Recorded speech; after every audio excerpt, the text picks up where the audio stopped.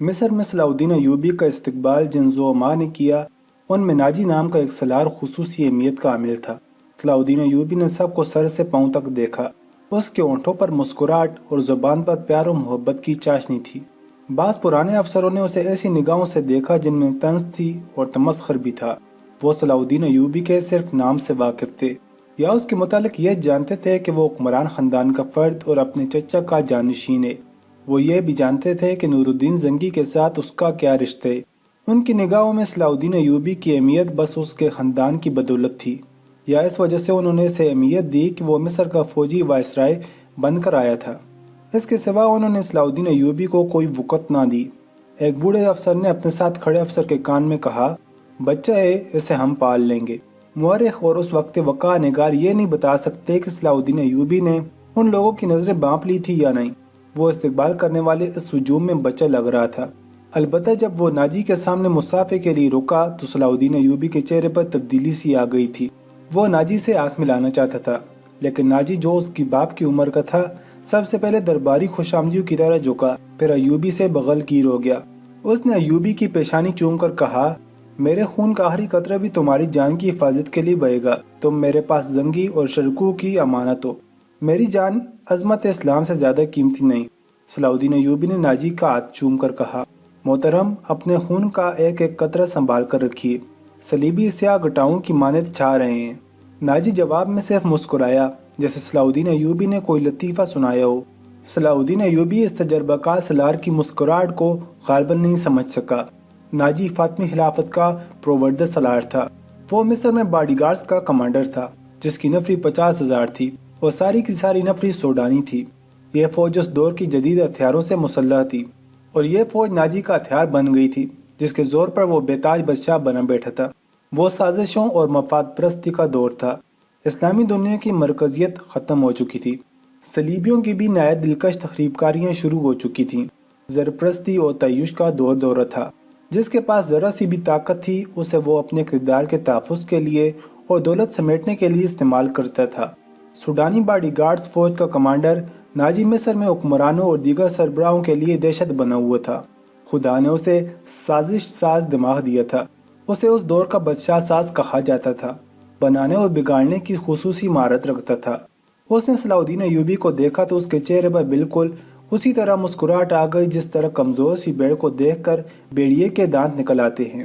ایوبی اس زہر خند کو نہ سمجھ سکا۔ اس کے لیے سب سے زیادہ اہم آدمی ناجی ہی تھا، کیونکہ وہ 50,000 باڈی گارڈز کا کمانڈر تھا اور صلاح الدین ایوبی کو اس فوج کی ضرورت تھی۔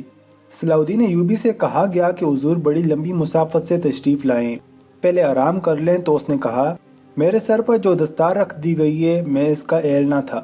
اس دستار نے میرا آرام اور میری نیند ختم کر دی ہے۔ کیا آپ حضرات مجھے اس چھت کے نیچے نہیں لے چلیں گے جہاں میرے فرائض میرا انتظار کر رہے ہیں؟ کیا حضور کام سے پہلے طعام پسند نہیں فرمائیں گے؟ اس کے نائب نے پوچھا۔ صلاح الدین ایوبی نے کچھ سوچا اور اس کے ساتھ چل پڑا۔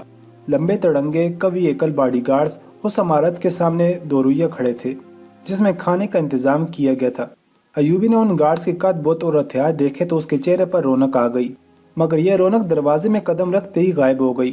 وہاں 4 نوجوان لڑکیاں جن کی جسموں میں زور شکن لچک اور شانوں پر بکھرے ہوئے ریشمی بالوں میں قدرت کا حسن سمایا ہوا تھا، ہاتھوں میں پھولوں کی پتیوں سے بھری ہوئی خوش نما ٹوکریاں اٹھائے کھڑی تھیں۔ انہوں نے صلاح الدین ایوبی کے راستے میں پتیاں بکھیرنی شروع کر دیں اور اس کے ساتھ دف کے تال پر طاؤس و رباب اور شہنائیوں کا مسحور کن نغمہ ابھرا۔ ایوبی نے راستے میں پھولوں کی پتیاں دیکھ کر قدم پیچھے کر لیا۔ ناجی اور اس کا نائب اس کے دائیں بائیں تھے۔ وہ دونوں جھک گئے اور اسے آگے چلنے کی دعوت دی۔ یہ وہ انداز تھا جسے مغل بادشاہوں نے ہندوستان میں راج کیا تھا۔ صلاح الدین ایوبی پھولوں کی پتیاں مسلنے نہیں آیا۔ ایوبی نے ایسی مسکراہٹ سے کہا جو ان لوگوں نے پہلے کم ہی کبھی کسی کے ہونٹوں پر دیکھی تھی، ہم حضور کے راستے میں آسمان سے تارے بھی نوچ کر بچھا سکتے ہیں۔ ناجی نے کہا، اگر میری راہ میں کچھ بچھانا چاہتے ہو تو وہ ایک ہی چیز ہے جو میرے دل کو باتی ہے۔ صلاح الدین ایوبی نے کہا، آپ حکم دیں۔ نائب نے کہا، وہ کون سی چیز ہے جو حضور کے دل کو باتی ہے؟ صلیبیوں کی لاشیں۔ صلاح الدین ایوبی نے مسکرا کر کہا، مگر فوراً ہی اس کی مسکراہٹ غائب ہو گئی۔ اس کی آنکھوں سے شعلے نکلنے لگے۔ اس نے دھیمی آواز میں جس میں کیر اور عتاب چھپا ہوا تھا کہا، مسلمانوں کی زندگی پھولوں کی سیج نہیں، جانتے نہیں ہو صلیبی سلطنت اسلامیوں کو چوہوں کی طرح کھا رہے ہیں۔ اور جانتے ہو کہ وہ کیوں کامیاب ہو رہے ہیں؟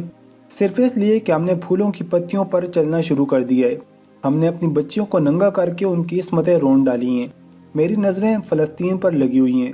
تم میری راہ میں پھول بچھا کر مصر سے بھی اسلام کا پرچم اتروا دینا چاہتے ہو۔ اس نے سب کو ایک نظر دیکھا اور دبدبے سے کہا، اٹھا لو یہ پھول میرے راستے سے۔ میں نے ان پر قدم رکھا تو میری روح کانٹوں سے چھلنی ہو جائے گی۔ ہٹا دو لڑکیوں کو میرے راستے سے، کہیں ایسا نہ ہو کہ میری تلوار ان کے اتنے دلکش سنہرے بالوں میں الجھ کر بیکار ہو جائے۔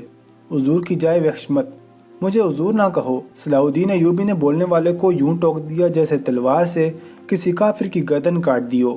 اس نے کہا، حضور وہ تھے جن کا تم کلمہ پڑھتے ہو اور جن کا میں غلام بے دام ہوں۔ میری جان فدا اس حضور سلم پر جن کے مقدس پیغام کو میں نے سینے پر کندہ کر رکھا ہے۔ میں یہی پیغام لے کر مصر آیا ہوں۔ صلیبی مجھ سے یہ پیغام چھین کر بحیرہ روم میں ڈبو دینا چاہتے ہیں، شراب میں غرق کر دینا چاہتے ہیں۔ میں بادشاہ بن کر نہیں آیا۔ لڑکیاں کسی کے اشارے پر پھولوں کی پتیاں سمیٹ کر وہاں سے ہٹ گئی تھیں۔ صلاح الدین ایوبی تیزی سے دروازے کے اندر چلا گیا۔ ایک وسیع کمرہ تھا۔ اس میں ایک لمبی میز رکھی ہوئی تھی جس پر رنگا رنگ پھول بکھرے ہوئے تھے اور ان کے درمیان روسٹ کیے ہوئے بکروں کے بڑے بڑے ٹکڑے، سالم مرغ اور جانے کیسے کیسے کھانے سجے ہوئے تھے۔ صلاح الدین ایوبی رک گیا اور اپنے نائب سے پوچھا، کیا مصر کا ہر ایک باشندہ اسی قسم کا کھانا کھاتا ہے؟ نہیں حضور، نائب نے جواب دیا، غریب لوگ تو ایسے کھانے کے خواب بھی نہیں دیکھ سکتے۔ تم سب کس قوم کے فرد ہو؟ صلاح الدین ایوبی نے پوچھا۔ کیا ان لوگوں کی قوم الگ ہے جو ایسے کھانوں کے خواب بھی نہیں دیکھ سکتے؟ کسی طرف سے کوئی جواب نہ پا کر اس نے کہا، اس جگہ جس قدر ملازم ہیں اور یہاں جتنے سپاہی ڈیوٹی پر ہیں ان سب کو اندر بلاؤ، یہ کھانا انہیں کھلا دو۔ اس نے لپک کر ایک روٹی اٹھائی، اس پر 2-3 بوٹیاں رکھیں اور کھڑے کھڑے کھانے لگا۔ نہایت تیزی سے پوری روٹی کھا کر پانی پیا اور باڈی گارڈز کے کمانڈر ناجی کو ساتھ لے کر اس کمرے میں چلا گیا جو وائسرائے کا دفتر تھا۔ 2 گھنٹے بعد ناجی باہر نکلا، دوڑ کر اپنے گھوڑے پر سوار ہوا، اینٹ لگائی اور نظروں سے اوجھل ہو گیا۔ رات ناجی کے خاص کمرے میں اس کے 2 کمانڈر جو اس کے متعمد اور امراض تھے اس کے پاس بیٹھے شراب پی رہے تھے۔ ناجی نے کہا، جوانی کا جوش ہے، تھوڑے دنوں میں ٹھنڈا کر دوں گا۔ کمبخت جو بھی بات کرتا ہے، کہتے رب کعبہ کی قسم صلیبیوں کو سلطنت اسلامیہ سے باہر نکال کر دم لوں گا۔ صلاح الدین ایوبی، ایک کمانڈر نے تنزیہ کہا، اتنا بھی نہیں جانتا کہ سلطنت اسلامیہ کا دم نکل چکا ہے، اب سوڈانی حکومت کریں گے۔ کیا آپ نے اسے بتایا نہیں کہ یہ 50,000 کا لشکر سوڈانی ہے؟ دوسرے کمانڈر نے ناجی سے پوچھا۔ اور یہ لشکر جسے وہ اپنی فوج سمجھتے ہے صلیبیوں کے خلاف نہیں لڑے گا۔ تمہارا دماغ ٹھکانے اوروش، ناجی نے کہا۔ میں اسے یقین دلا آیا ہوں کہ یہ 50,000 سوڈانی شیر اس کے اشارے پر صلیبیوں کے پرخچے اڑا دیں گے، لیکن ناجی چپ ہو کر سوچ میں پڑ گیا۔ لیکن کیا؟ اس نے مجھے حکم دیا کہ مصر کے باشندوں کی ایک فوج تیار کرو، ناجی نے کہا۔